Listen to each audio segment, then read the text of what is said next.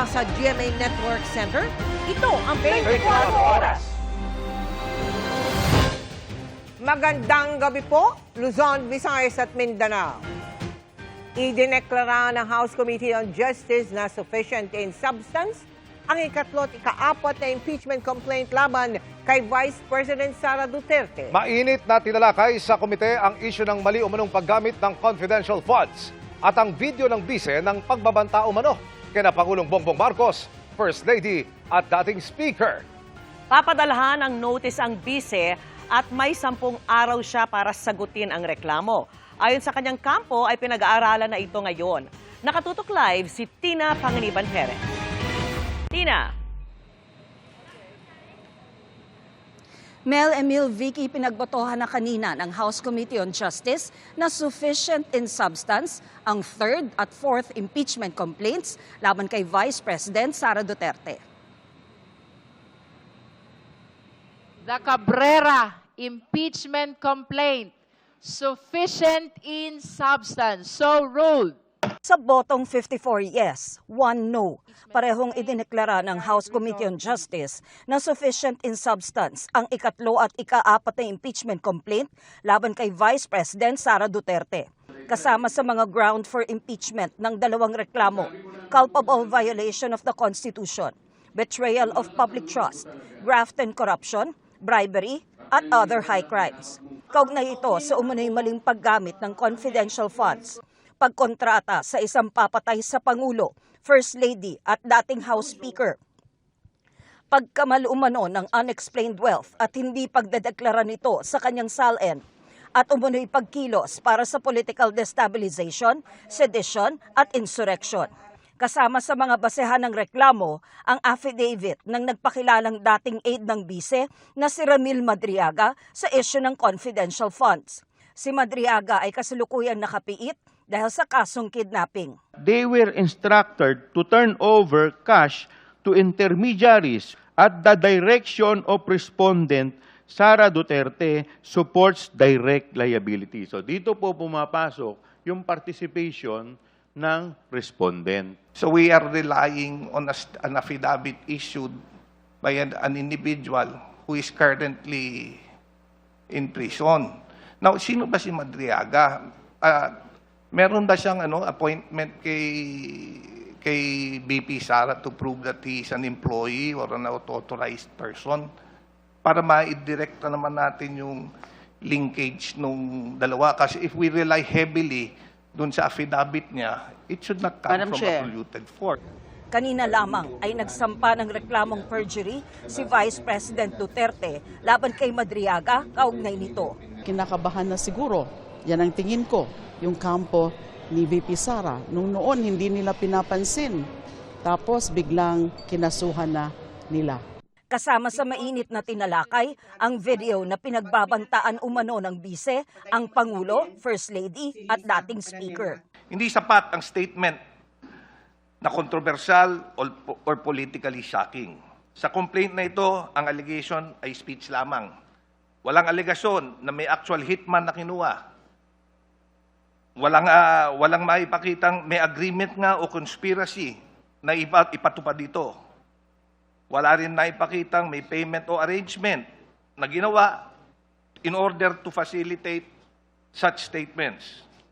Wala rin maipakitang weapon procurement o alleged overt act. That's wrong, Madam Chair.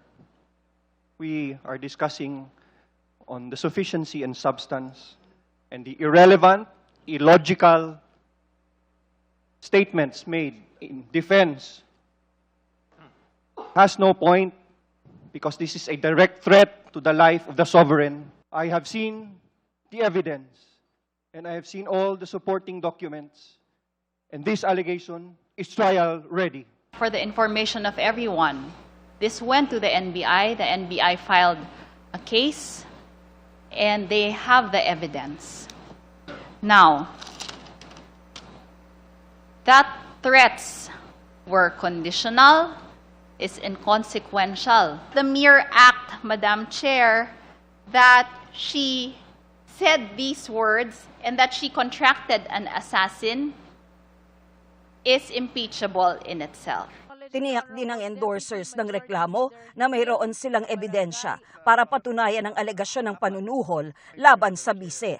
Iprinisenta rin sa komite ang ilang salin ng bise para ipakitang may basehan ang alegasyong mayroon itong unexplained wealth. To have a starting point, Madam Chair, the original SALN 2008 is 18,493,617. It was filed December 31, 2008. For 2024, released by the Office of the Ombudsman, net worth of the Vice President is 88,512,370.22. We leave it to the House Committee on Justice to make a determination on whether the comparison between the original SALN at 2008 and the current SALN at 2024 constitutes unexplained wealth. Is that particular SALN, has that been authenticated by the Ombudsman? Do you have a copy of authentication of the Ombudsman? Honorable Ridon? I don't think that is required. It is public record. Public documents follow the self-authentication rule. They do not need further authentication. Matapos ang botohan, magpapadala ng notice ang komite sa kampo ng Vice-Presidente para maghain ng sagot sa loob ng 10 calendar days. Pagkatapos, may 3 calendar days ang mga complainant para maghain ng kanilang sagot. Sunod naman, may 3 calendar days ang bise para maghain ng rejoinder. So it will be up to the respondent on how he is going to respond to all the allegations therein.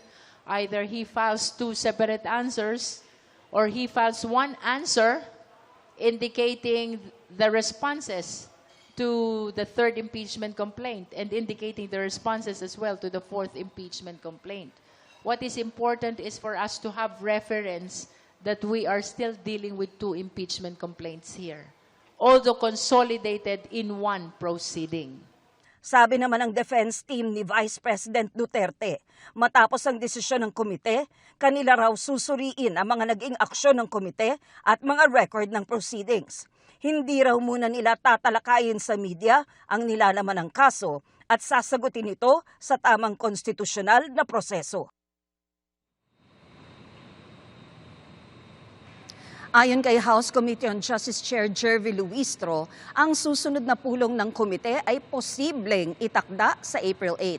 Sa petsang ito kasi tapos na yung Holy Week break ng Kongreso at inaasahang nakapagsumite na ng pleadings ang bise at mga complainant.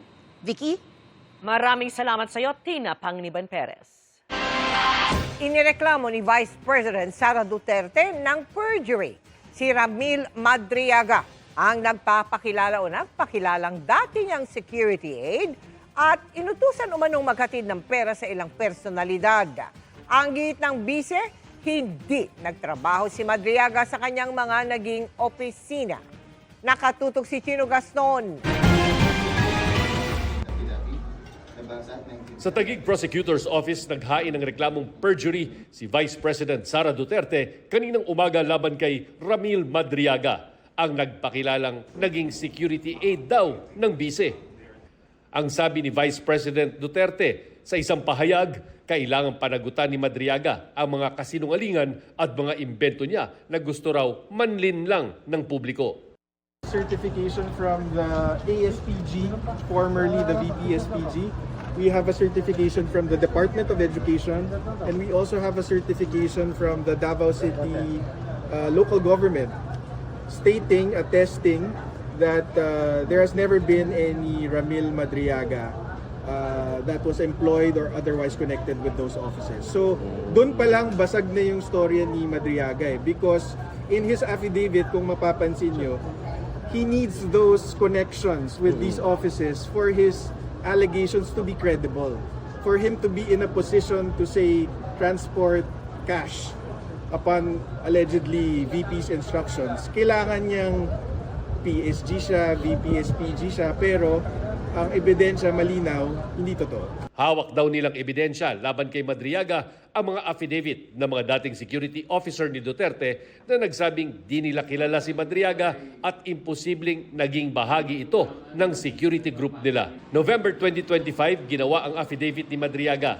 isinumite niya ito sa ombudsman at naging bahagi ng ebidensya laban kay Duterte sa impeachment complaint noong 2025. Sa dalawang impeachment complaint na idineklarang sufficient in substance ng House Committee on Justice ngayon, kasama rin ang affidavit ni Madriaga bilang ebidensya. Dito, sinabi niyang naghatid siya ng pera sa iba't ibang tao sa utos ni Vice President Duterte. Noong December 2022, inutusan daw siya ni nooy VP-SPG Commander Colonel Raymond Lachica na ihatid sa ilang lugar at individual ang mga duffel bag na may laman daw ng 30 hanggang 35 million pesos kada bag. Kabilang dyan ang isang mayor sa Laguna at isang dating kaklase ng Vice Presidente. Inutusan din siyang mag-iwan ng kotse na may pera sa loob ng Ombudsman parking compound. Sinabi rin ni Madriaga na mula sa Pogo operations at drug dealers ang pondo ng Inday Sara is My President Pilipinas National Campaign noong 2021 hanggang 2022. Pagka hinahayaan kasi, pwedeng hindi sila natatakot na magsinungaling, maggumawa ng kwento, sumira ng buhay. Ngayon, dinidikit nila ngayon sa impeachment, ang kahulugan nun or ang possible consequence nun is, for example, subvert yung will of the people kasi gusto mong tanggalin ang isang duly elected official ng bansa. Ang tanong ng abogado ni Madriaga, wala kaming sinasabing nasa payroll siya ng OBP o ng DepEd or ng iba't ibang government agency. Sinasabi niya talaga naging trusted person siya dati ni former President Rodrigo Duterte, and later on ipinasa sa anak kay VP Sara nga. So wala kaming concern dyan sa mga certification na yan. Hindi naman tayo nagkiklaim na talagang government employee na nasa plantilla si Mr. Madriaga. Sinasabi niya more on intelligence work, reporting directly to the former President and to VP Sara. Nakakulong na ng ilang taon sa BJMP sa Bikutan si Madriaga sa kasong kidnapping. Para sa GMA Integrated News, Chino Gaston Nakatutok, 24 oras. Inulan ng batikos ang pahayag ni Congressman Bong Suntay sa Kamara tungkol saan niya naisip niya nang makita si Ann Curtis. Humingi na ng paumanhin si Suntay pero nanindigang taken out of context ang kanyang sinabi at hindi siya nagsisisi sa pagkukumpara. Mula sa Kamara, nakatutok live si Mark Salazar. Mark! Tama, Vicky, tama. No? Sa maghapong ito, mas nagliyab pa ang mga opinyon laban kay Quezon City Representative Bong Suntay at dun sa hirit niya kay Ann Curtis. Bagamat kagaya ng sinabi mo, nagsorry na siya, hindi ba? Pero marami pa rin ang hindi kumbinsido. Kontrobersyal ang sinabi ni Quezon City 4th District Representative Bong Suntay sa hearing ng House Justice Committee. Nakita ko si Ann Curtis, ang ganda-ganda pala niya. May desire sa loob ko na nag-init talaga. Na-imagine ko na lang kung anong pwedeng mangyari. Pero siyempre, hanggang imagination na lang yon. Pero hindi naman siguro ako pwedeng kasuhan dahil kung ano-ano yung na-imagine ko eh. Agad inalmahan ng mga miyembro ng komite ang anilay mga salitang offensive sa kababaihan na walang kinalaman sa tinatalakay na impeachment complaint laban kay Vice President Sara Duterte. Kinundi na rin ito ng Philippine Commission on Women. Ang mga sinabi raw ni Suntay ay sexual objectification o pagtrato sa kababaihan bilang isang bagay para lamang sa pagnanasang sexual. Nahayagang ginawa ng isang taong may katungkulan at dapat pinagtitiwalaan. Insulto daw ito hindi lang sa aktres na si Ann Curtis, kundi sa bawat babaeng Pilipino na nakaramdam na hindi sila ligtas dahil sa pananalita ng mga nasa kapangyarihan. Isa raw itong seryosong betrayal of public trust at isang paglabag sa Republic Act 11313 o ang Safe Spaces Act. Public apology naman ang hinihingi ni Gabriela Party List Representative Sara Ilago dahil ang pagbabahagi daw ni Suntay ng kanyang imahinasyon tungkol sa isang babae ay tahasang pambabastos. Ang mas nakakadismaya raw, sabi ni Quezon City Joy Belmonte, majority floor leader pa naman daw si Suntay ng Konseho ng Lungsod noong ipinasa nila ang bawal bastos ordinansa laban sa mga mahalay, malisyoso at mapanlait na salita at gawa. Ang sabi ni Suntay kahapon, wala raw mali siya ang kanyang mga sinabi tungkol kay Curtis. At inilarawan lang niya ang kanyang punto sa pagtanggol kay Vice President Sara Duterte na nahaharap sa impeachment complaint kung bakit hindi pwedeng parusahan ng isang tao dahil lang sa kanyang iniisip. Matapos sa mga pambabatikos, nagsorry kanina si Suntay kay Curtis. Pero nanindigan siyang taken out of context ang kanyang sinabi. Kaya that analogy was not meant maliciously. It was an analogy based dun sa konteksto nung pagdinig dito. It may have been in bad taste for some. I apologize kung meron tayong mga sensitivities na tinamaan, but that was not the intention. The intention was to make a point na usually, oftentimes, statements are taken out of context and conclusions are made. It was a fictitious situation. Hindi ko pa nga nakikita si Ann in person, napanood ko lang siya sa TV. Dagdag di Suntay, pinagsisisihan niyang merong nasaktan pero hindi niya raw pinagsisisihan ang ginawa niyang pagkukumpara. Wala pang pahayag si Ann Curtis sa ngayon. Pero ang kanyang ina, tinawag na sick man at foul si Suntay. Ang kapatid naman ni Ann Curtis na si Jasmine Curtis Smith, sinabing hindi lang ito tungkol sa isang female celebrity, kundi tungkol sa lahat ng mga babaeng minamaliit na mga lalaking nasa kapangyarihan. Kapag ang isang congressman daw ang nagsalita tungkol sa kanyang pagnanasa at imagination tungkol sa isang babae, pinalalakas daw nito ang kultura kung saan tinatrato ang mga babae bilang isang bagay na ginagamit, pinagpapantasyahan at ginagawa ng komentaryo sa halip na isang buong tao na may kakayahang magdesisyon, mag-isip at pamahalaan ng sarili. May paalala naman si House Speaker Bogie D sa mga mambabatas ngayong Women's Month. Bilang mga mambabatas, may bigat ang ating mga salita at hakbang. Responsibilidad natin na tiyakin ng bawat Pilipina ay ginagalang, pinakikinggan at pinoprotektahan.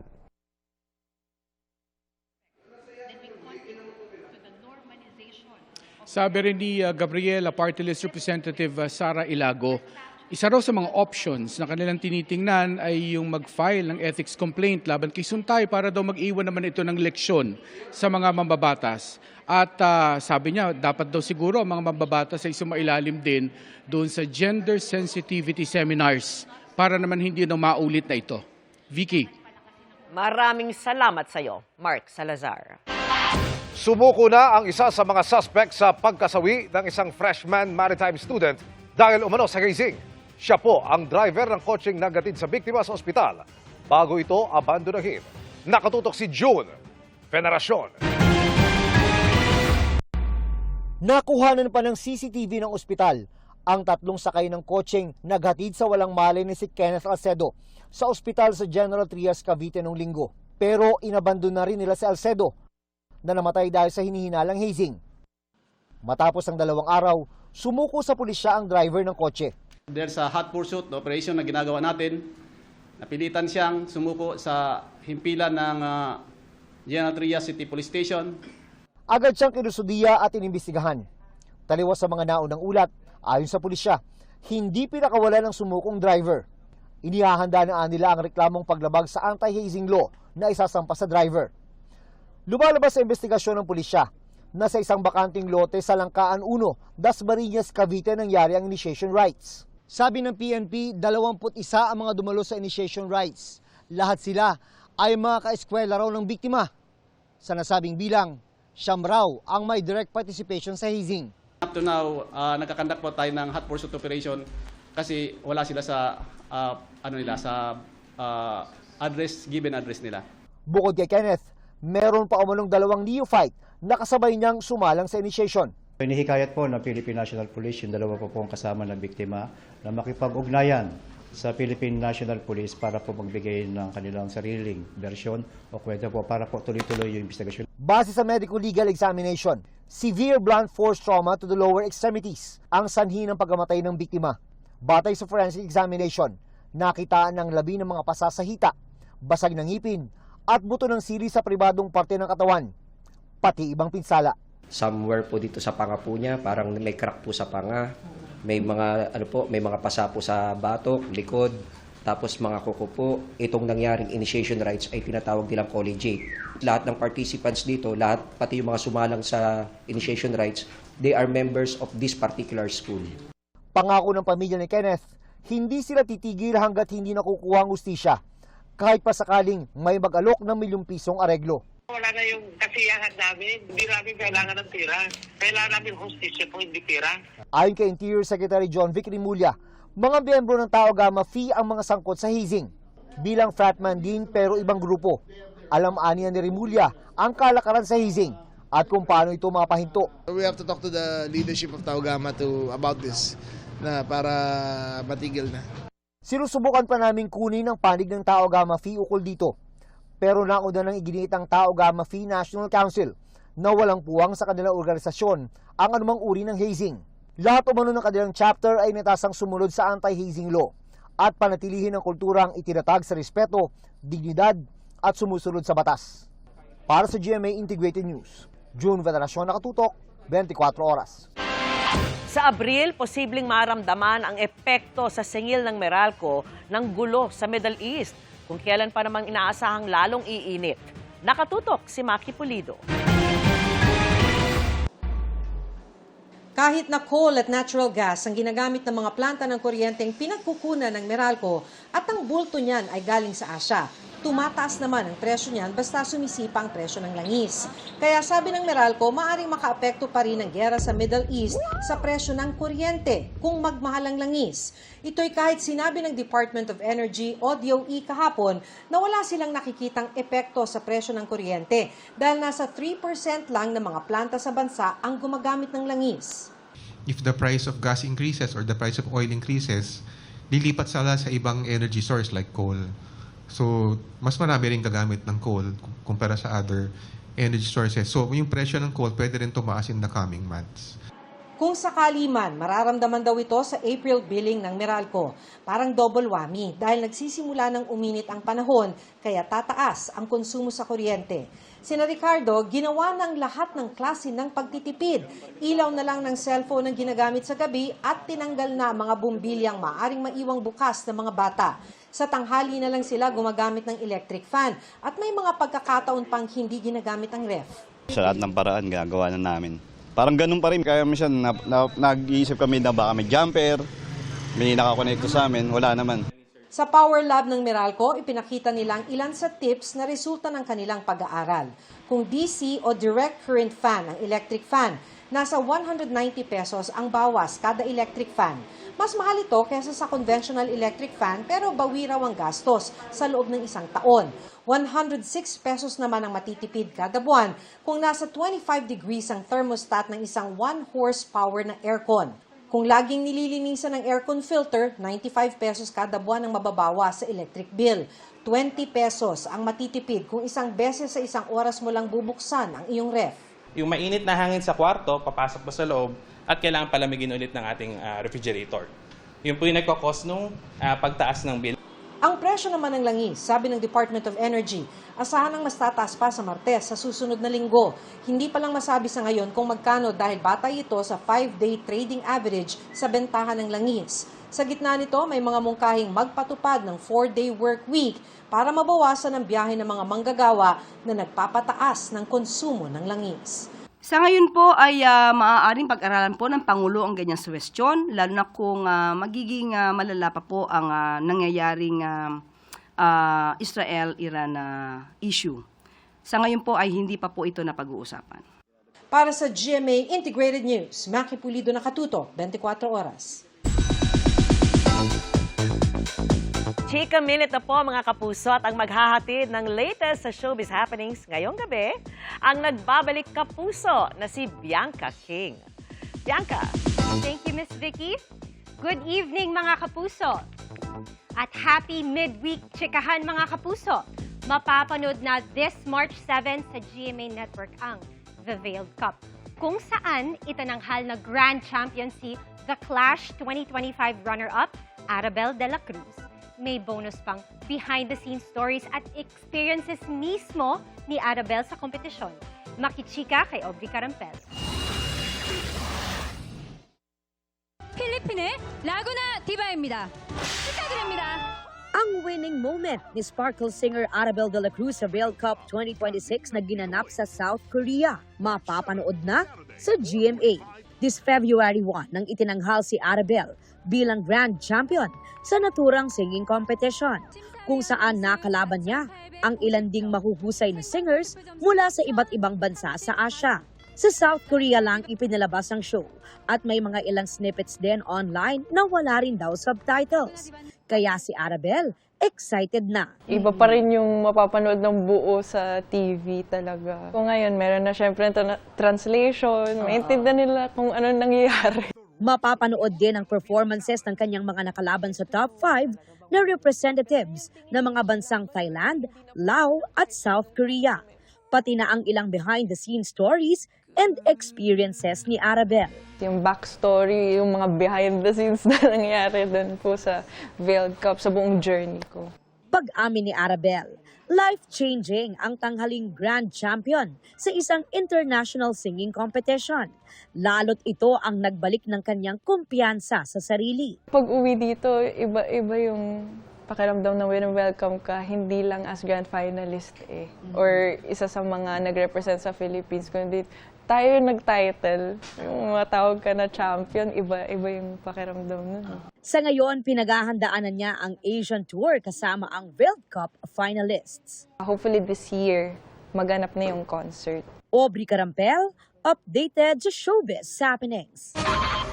Irereklamo ng Department of Interior and Local Government o DILG ang dating hepe ng Bureau of Fire Protection at 50 iba pa. Kaugnayan ng umano'y malawakang katiwalian sa BFP sa pagbili ng mga fire truck. Nakatutok si Sandra Aguinaldo. Sa gitna ng Fire Prevention Month, umiinit ang issue sa umano'y katiwalian sa Bureau of Fire Protection o BFP. Ang kanilang dating hepeng si Jesus Fernandez nakatakdang sampahan ng reklamo sa Office of the Ombudsman para sa umano'y katiwalian at grave misconduct. Tomorrow, I will file charges against General Fernandez for a clear case of grave misconduct and graft and corruption. I will lay down the predicate of how he stole hundreds of millions from the people, straight to his pocket and straight to his organization.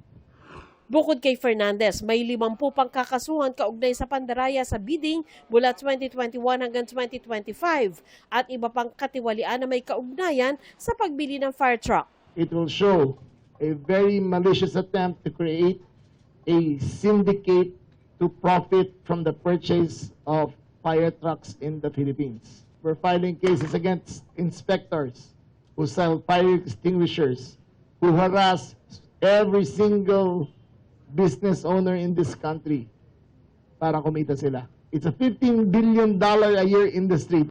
Sabi pa ni Rimulya, sinibak na sa pwesto si Fernandez na wala pang tugon ng hingan namin ng pahayag. Sa naunang statement ng BFP, sinabi nitong nakikipagtulungan sila sa investigasyon, pinagsosuot ang mga tauhan nila ng body-worn cameras at tumatanggap ng mga reklamo sa kanilang online platform. Para sa GMA Integrated News, Sandra Aguinaldo, nakatutok 24 oras. Inireklamo ni National Security Advisor Eduardo Año sina dating Congressman Mike Defensor, abogadong si Levito Baligod at 18 nagpakilalang dating miyembro ng Philippine Marines sa Department of Justice. Sa isinampanyang reklamong kriminal, sinabi ni Año na malisyoso at gawa-gawa lamang ang pahiwatig ng mga dati umunong sundalo na isa siya sa nakatanggap ng delivery ng pera. Reklamong paglabag sa Republic Act 154 o yung unlawful use of means of publication and unlawful utterance ang inihain ni Año. Matatanda ang pinangalanan si Año bilang isa sa mga nakatanggap umano ng paper bag. Matapos ang isang pulong kasama ang ilang opisyal, hinihingan pa namin ang reaksyon ng mga inireklamo ni Año. May panawagan din siya sa mga dati umanong sundalo. Huwag kayong magpamanipulate. Kung ano yung totoo, yun ang sabihin ninyo. Because hindi kayo makakaligtas dito. Kung kasinungalingan ang sinabi ninyo. Kakarmahin kayo dito. Bukod sa isang OFW sa Kuwait, may sugatan na ring Pilipino sa Abu Dhabi sa gitna ng pagganti ng Iran sa mga bansang kaalyado ng Amerika sa Middle East. 11 vice mayor naman mula Bulacan ang stranded sa Dubai. At nakatutok si Ian Cruz.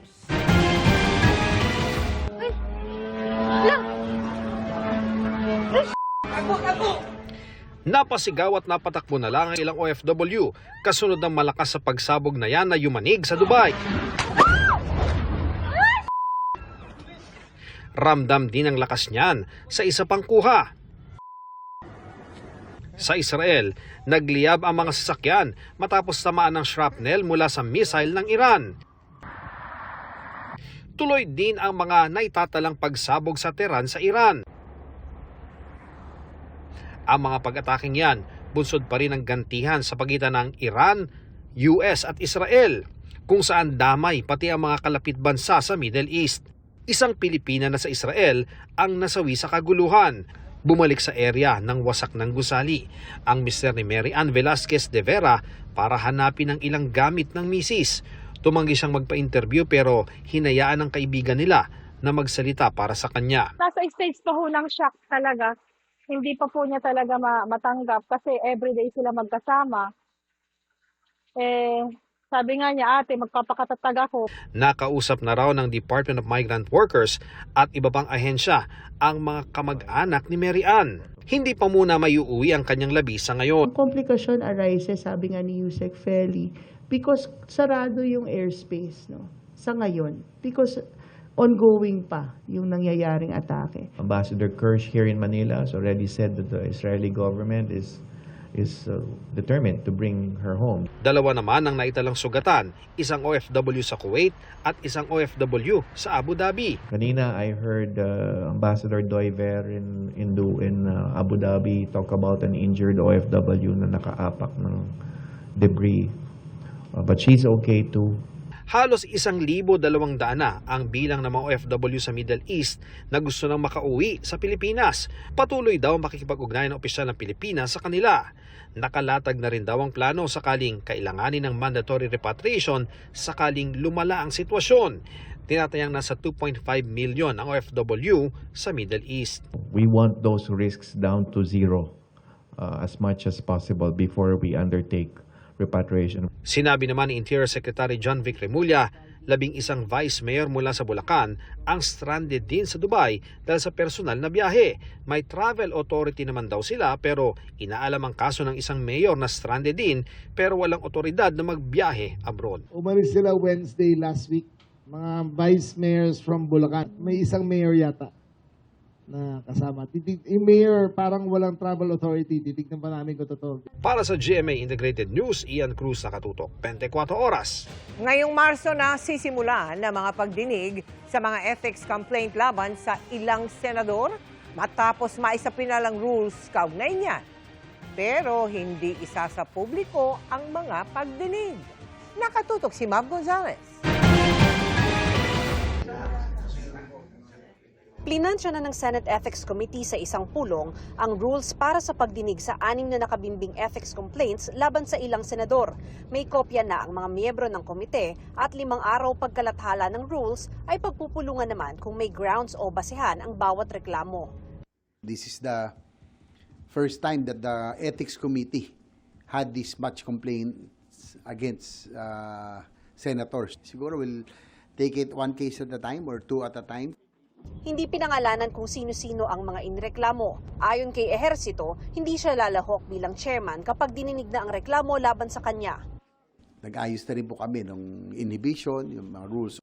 Sa isang executive session muna o hindi bukas sa publiko ang mga pagdinig at hindi rin papangalanan ang mga senador kung walang matutukoy na sapat na basehan ang reklamo o madidismiss lang. Kasi it will be unfair kung mga frivolous po yung mga complaints, di ba, or allegations, tapos pagpipiestahan na sila na kami, that includes me, in media, social media, and by the public. Pero kung may batayan, ipapaalam na ng komite ang kaso sa inirereklamong senador at gugulong na ang pagdinig dito. Kabilang sa mga kasong pwede isampa ay paglabag sa Senate rules, paglabag sa batas at disorderly conduct. Definitely, they will be, may preliminary investigation, then they will be given the chance to respond, no? Parang a few, 10 days after, there's a provision that they have the opportunity to respond, no, to the cases. Kapag tingin ng komite ay may nilabag talaga ang isang senador, pwede sila magrekomenda ng parusa. Pag talagang malala, siguro suspension or kung malalang malala, din expulsion. The Ethics Committee will just recommend. Again, it will be the body who will decide. Sa March 18, ang target na sunod na pulong ng Ethics Committee. Para sa GMA Integrated News, Mav Gonzalez, nakatutok, 24 oras. Mga kapuso, posibleng hanggang Abril na lamang magtagal ang La Nina. Sa pinakauling datos ng Pag-asa, may 60% probability na mula sa weak La Nina ay mag-transition na sa Enso neutral sa pagitan ng buwang ito hanggang sa Abril. Ibig sabihin ng neutral, walang La Nina at wala ring El Nino. Patuloy na tumutok sa mga susunod na update sa mga susunod na linggo. Samantala, hindi pa tapos ang amihan season. Kahit kaunting bahagi na lamang na bansa ang naapektuhan yan. Sa ngayon, umaabot na lamang ito sa may extreme northern Luzon, habang easterlies naman ang iiral sa natitirang bahagi ng bansa kaya mainit at malinsangan. Ramdam ang malinsangang panahon sa maraming lugar kaya hindi pa opisyal ang tag-init. Mula nang pumasok ang Marso, 3 araw nang nasa danger level ang heat index sa Coron, Palawan. Posible ulit maranasan ng 42 degrees Celsius doon bukas. May mga lugar ding aabot sa 40 degrees Celsius, kaya kailangan ng pag-iingat laban sa heat cramps o heat stroke. Base sa datos ng Metro Weather, may tsansang ulanin bukas ng umaga ang Batanes at Pabuyan Islands, ilang bahagi ng Cagayan, Isabela at Cordillera Administrative Region. Magpapatuloy yan sa hapon at posible na ring ulanin ang ilang lugar sa Central Luzon at Palawan. Sa Metro Manila, nananatiling mababa ang tsansa ng ulan pero maging handa pa rin sakaling may localized thunderstorms. Para naman sa mga taga Mindanao, may mga pag-ulan din bukas at may malalakas na buhos lalo na sa Soc-Sargen at Davao Region. Maging alerto sa banta ng baha o landslide. Bistado ang pagpapalit pangalan ng isang detainee na nasa isang ospital sa Taguig. Lumalabas na hitman umano siya ng isang grupo at sangkot sa halos 20 kaso ng pagpatay. Nakatutok si John Consulta, exclusive. Bit-bit ng 4 na warrant of arrest. Tinungo ng mga operatiba ng PNP Police Regional Office 3 ang isang ospital sa Taguig. Ang ginagamit mo ngayon ay walang nakarehistrong tao sa Philippine Statistics Authority. Sa loob ng executive suite room ng ospital, bakas ang sorpresa sa pasyenteng detainee na nakaposa sa kanyang kama at bantay sarado ng BJMP. Nahaharap siya sa kasong robbery with homicide. Pero ayon sa PNP, di lang yan ang krimen na kinasasangkutan niya. Ang pangalan niya talaga na ginamit ay pinalitan niya. Pangatlong beses na niya magpalit ng pangalan. So magaling talaga ito. Ginawa na rin niyang bread and butter yung pagiging hitman. Siya po ay naharap sa kasong murder, sa Pagadian at frustrated murder sa Dagupan. He was also involved in the series of killing doon sa Region 9. Ayon sa PNP Region 3, primary hitman ng grupo ang suspect na sangkot sa hindi bababa sa 20 pagpatay at tangkang pagpatay.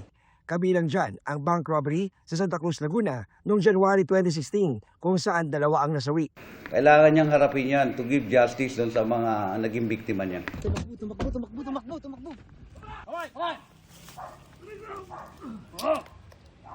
Nasa kote na rin ng PNP PRO3 ang 10 wanted sa Region 3. Karamihan sa kanila naharap sa kasong panggagahasa. To send strong signal din doon sa mga nagtatago pa dyan na we will not stop. We will hit the ground running. May mga tracker team tayo para mahuli sila. Para sa GMA Integrated News, John Consulta, nakatutok, 24 oras. Patay ang isang gwardya sa Las Piñas kasunod ng sumiklab na tensyon sa pagitan ng 2 grupo sa isang subdivision. Ang ugat ng gulo sa pagtutok ni John Consulta. Nagsimula mula sa Girian, Tulacan at Sigawan sa isang subdivision sa Las Piñas City. Ang mga pulis na may hawak na riot shield sinusubukang pumagitna. Sa gitna ng tensyon, biglang may tumambang gwardya sa panig ng pinapaalis na Homeowners Association. Na-stroke daw ito sa gitna ng init ng sitwasyon. Agad siyang binuhat at inilayo sa nagbabangga ang grupo. Pero imbis na kumupa, lalong nagkagulo hanggang sa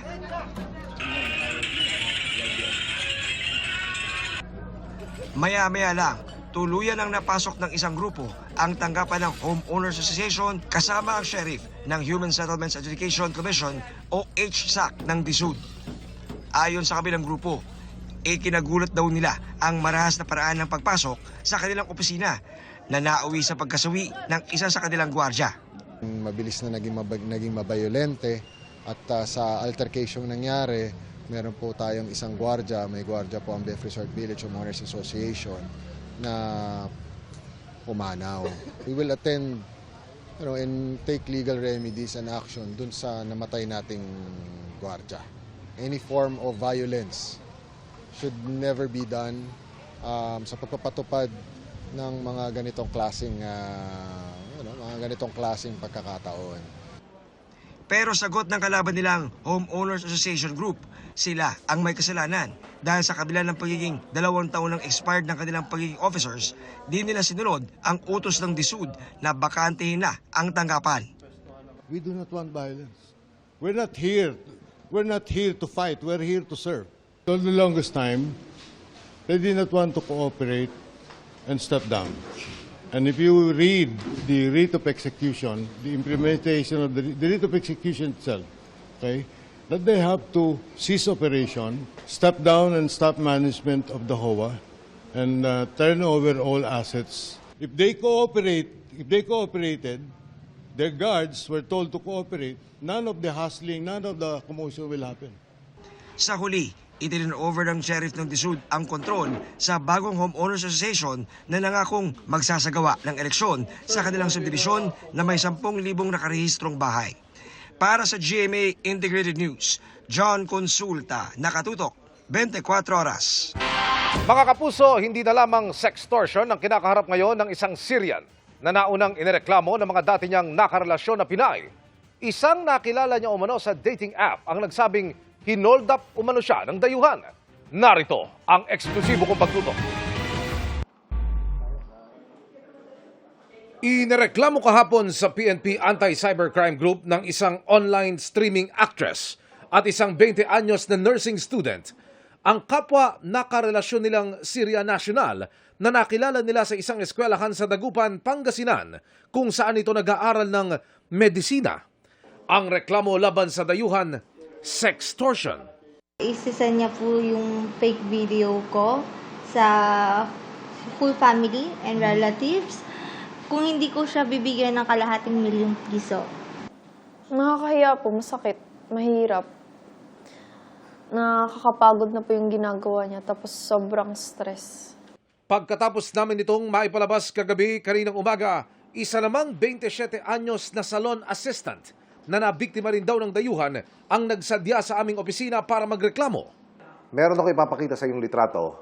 Gusto ko ikaw ang kumilala. Ito ba yung gumawa sa iyo nun? Opo, yan po yung gumawa sa akin nun. Saka yun din po yung suot niya. Hinold up naman daw siya ng dayuhan na una nang inireklamo ng sextortion.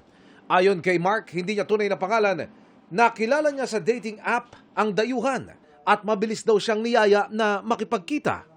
Maayos daw ang bonding nila sa simula pero laking gulat niya nang may biglang lumitaw na isang malaking lalaki sa likuran ng sasakyan. Hinawakan yung leg ko yun. Parang ginapos niya na ako.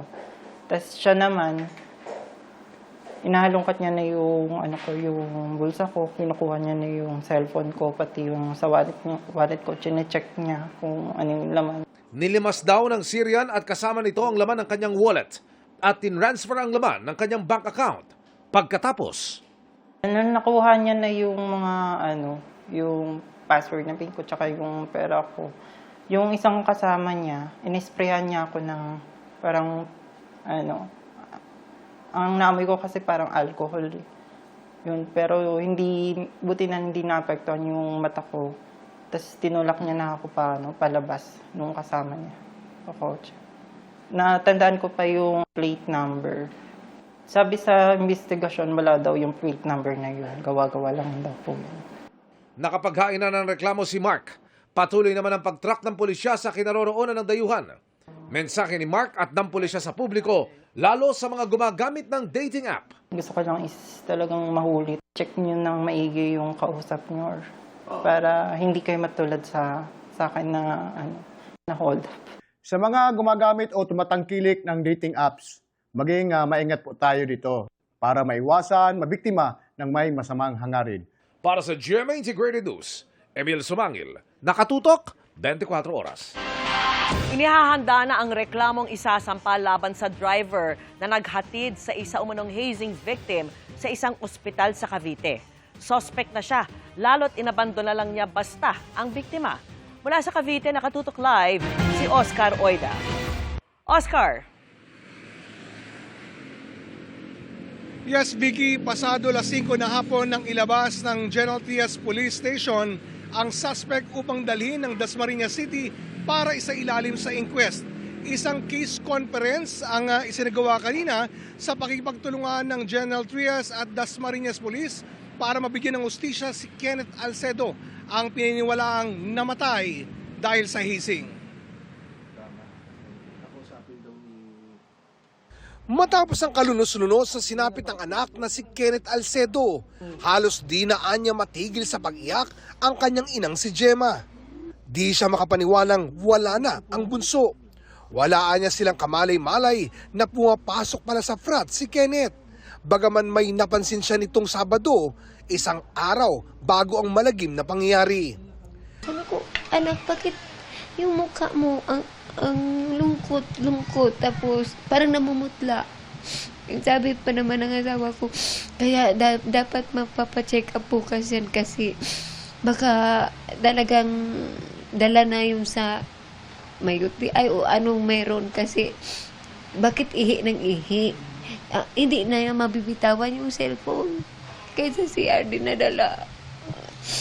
Ang ama naman ni Kenneth na si June, halos maghapong nagbantay sa General Trias Police Station para matiyak na natututukan ng gusto ang kaso ng anak. Nakikita ko naman na ginagampanan talaga nila yung trabaho nila bilang mga pulis.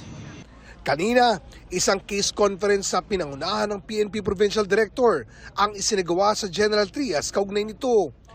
Inihahanda na nila ang pagsasampa ng reklamo sa driver ng sakyang naghatid kay Kenneth sa ospital na sumuko kagabi. Nandito siya sa kustodiya natin at pinag-aaral natin kaso at may magpapile po tayo ng kaso. Kaya nga sir, nandito tayo para nakikis con tayo kung anong possible papasok siya doon sa RA 10053. Ang mga heinous crime naman sir, usually sir, yung reglementary period naman yan is 36 hours. Sa ngayon, nagtutulong-tulong na nila ang General Trias at Dasmariñas Police sa pagresolba sa kaso. Meron na tayo mga leads sa mga suspect at nangangalap tayo ng investigasyon ngayon ng mga ibang ebidensya pa as to the filing itong kaso na makasiguro natin na tatayo talaga at mapapanagot natin yung mga yung mga culprit or mga salarin sa nangyaring kasong ito. Samantala, Vicky, nananawagan naman ang mga magulang ng biktima sa mga kaibigan, kaeskwela o sinumang may nalalaman sa sinapit ng kanilang anak na lumutang na at makipagtulungan sa mga otoridad para mabigyan ng hustisya si Kenneth sa lalong madaling panahon. Vicky? Maraming salamat sa iyo, Oscar Oida. 2026 na, pero hindi pa rin nagbabago ang pagtingin ng marami sa mga babae.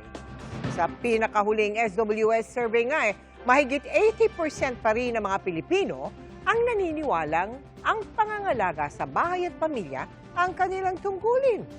Dahil din sa prejudice o ang hindi patas na pagtingin kung kaya umano ganun na lang ang ginamit na pananalita ng isang kongresista tungkol kay Ann Curtis.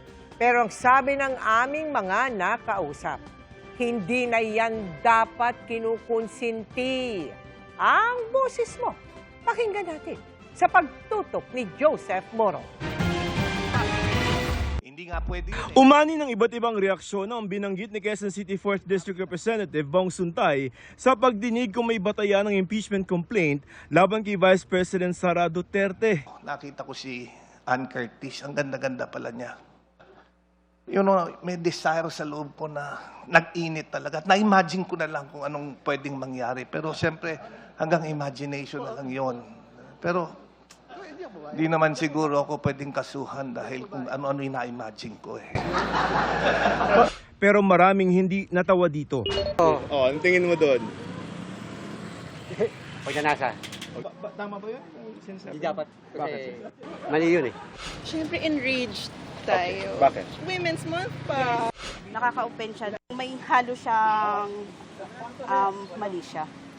Ang dating sa mga kababaihan. Gusto sanang ihalin tulad ni Suntay ang na-imagine niya lamang at hindi pa anya ginagawa sa banta ni Vice President Sara Duterte na ipapatay sina Pangulong Bongbong Marcos at First Lady Lisa Araneta Marcos na mangyayari lamang kung may pumatay sa bise. Iba rin umano ang na-imagine niya. May desire na nag-init. Ang ang interpretasyon ko doon, nakita ko yung crush ko. At ang imagination, na-imagine ko na nililigawan ko siya at naging girlfriend ko siya. Hindi naman malicious. Pero para sa isang propesor na nagtuturo ng gender studies, may pananalitang may nakatahing interpretasyon sa ating kultura na mahirap itanggi. We share the same cultural meaning of what those words mean, 'di ba? Yung init, 'di ba? Kung anong pwedeng mangyari. May tutuning anyang sexual harassment ang ganitong pananalita na labag din sa Anti-Bastos Ordinance ng Quezon City na nakapirma pa si Suntay. Ano nga ba ang mga dapat hindi kinukonsinti na pananalita, pananaw o ugali sa mga kababaihan? Hindi dapat binabastos ang mga babae sa mga salita ng mga pangit. Ako, as a young woman, gusto ko rin po in a way na when I go out, people would treat me equally as a person. Hindi na dahil babae ako, hindi dahil lalaki siya, hindi dahil bata siya or matanda siya. Actually, kahit sinong tao, hindi natin pinag-uusapan as a commodity and as a, diba, sobrang objectified yung dating. Ayon pa kay Professor Janice Zamora Morales, pinalala pa ito ng klase ng politika na tila walang pagkilala sa pananagutan porke nanalo sila o popular. There are some politicians, no, na ang karisma nila, they operate on that, sexism. They feel that they are indispensable. Merong impunity sa ganitong klase ng mga remarks on the basis that they are in power. Ayon sa profesor ng gender studies na nakausap namin, kapag nakakarinig kayo, nakakaenkwentro kayo ng mga bastos na komento, mahalaga raw na i-call out ito o wag palampasin. Dahil ang inyong pinapalampas ay inyong sinasang-ayunan. So kung hindi mo siya i-call out, then definitely mag-proliferate pa rin yung ganitong klase ng pagtingin. That keeps on objectifying women, no? Not only women but other genders minsan, no? Para sa GMA Integrated News, Joseph Morong, nakatutok 24 oras. Pakinggan din natin ang boses ng mga kapuso online sa kung anong mga pananaw, ugali at pananalita laban sa mga kababaihan ang hindi dapat kinukonsinti.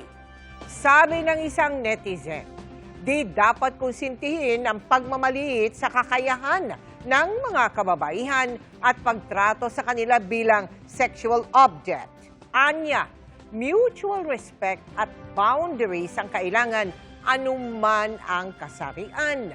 Ang sabi ng isa pa, wakasan dapat ang pambabasto sa babae dahil lang sa kanilang kasuotan o di kaya'y dahil sa pinili nilang landas sa buhay. Paniniwala naman ng isang commenter, mahirap na ngang maging babae bilang miyembro ng minorya, mas mahirap pa anyang maging babae sa isang patriarchal na lipunan gaya ng Pilipinas. Women's Month man daw o hindi, dapat normal na ang pagbibigay respeto sa mga kababaihan. Panghimok naman ang isa, dapat i-empower ang mga babae, kilalanin ang kanilang kontribusyon at isulong ang kultura ng respeto at pagtanggap. Mga kapuso, pwede mo rin iparinig ang boses mo sa social media accounts ng 24 oras. At kaugnay pa rin ng mga naging pahayag ni Congressman Bong Suntay ukol kay Ann Curtis, muli siyang nagpaliwanag sa isang privilege speech. The analogy might have been in bad taste and were taken in the wrong context. That was precisely the point that I wanted to make. That at times, statements are taken out of context. There was no malice intended. And if there was malice deduced from that statements, I wish to apologize dun sa mga natamaan at nasaktan. Humihingi ako ng pasensya sa mga kababaihan na na-offend. I hope I be judged not from one statement, but from the kind of person that I am. Paigtingin ng Department of Interior and Local Government o DILG ang paghahanap kay Atong Ang at iba pang mga high-profile na pugante.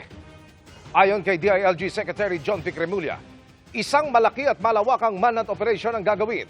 Kasama ang lahat ng security apparatus ng gobyerno. May mga bago rin daw silang inisyatibong gagawin tulad ng paggamit ng mga high-tech equipment gaya ng satellite. Sa kabila ng arrest warrant at 20 milyong pisong patong sa ulo, hindi pa rin tukoy kung nasaan si Atong Ang, ang itinuturing na mastermind sa pagkawala ng mga sabungero. Bukod kay Ang, target din ang pinatinding manhunt operation ng iba pang pugante, kasama si dating Bureau of Corrections Chief Gerald Bantag, na iniugnay sa pagpatay sa broadcaster na si Percy Lapid, at si dating police officer Rafael Dumlao, na inakusahan sa pagpatay sa Koreanong negosyanteng si Jake Ju.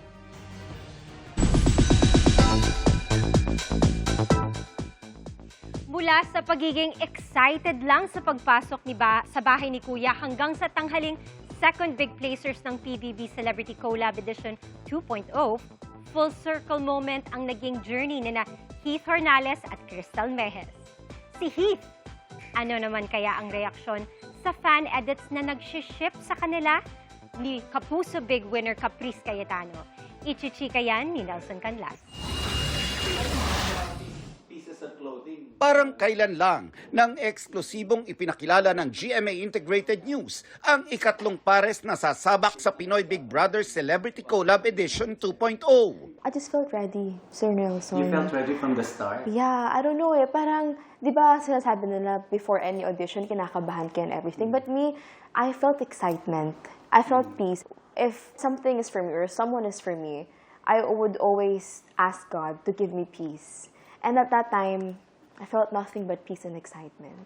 So I knew that this was for me. Kasi po, dumating po yung opportunity and I had to take it na po kasi ito na po yung chance para makilala po ako and makita po ng tao kung sino po talaga ako. More than 4 months later, muling nakausap ng GMA Integrated News sina Heath Hornales at Crystal Mejes. Pero ngayon, bilang Pinoy Big Brother Celebrity Collab Edition 2.0, second big placers na. Batid ng dalawa na malaki ang mababago sa kanilang buhay ng experiences nila sa loob ng bahay ni Kuya. Adjusting, parang, syempre it's a bit hard din po kasi ang dami pong mata sa akin po, ang dami pong nakakilala sa akin. And there's stuff that I can't do anymore na I usually do or like hang out with my friends outside, you know. Pero masaya naman po ako na sobrang dami pong support na nakukuha ko po sa kanila and I'm really thankful na meron pong lahat ng ganun.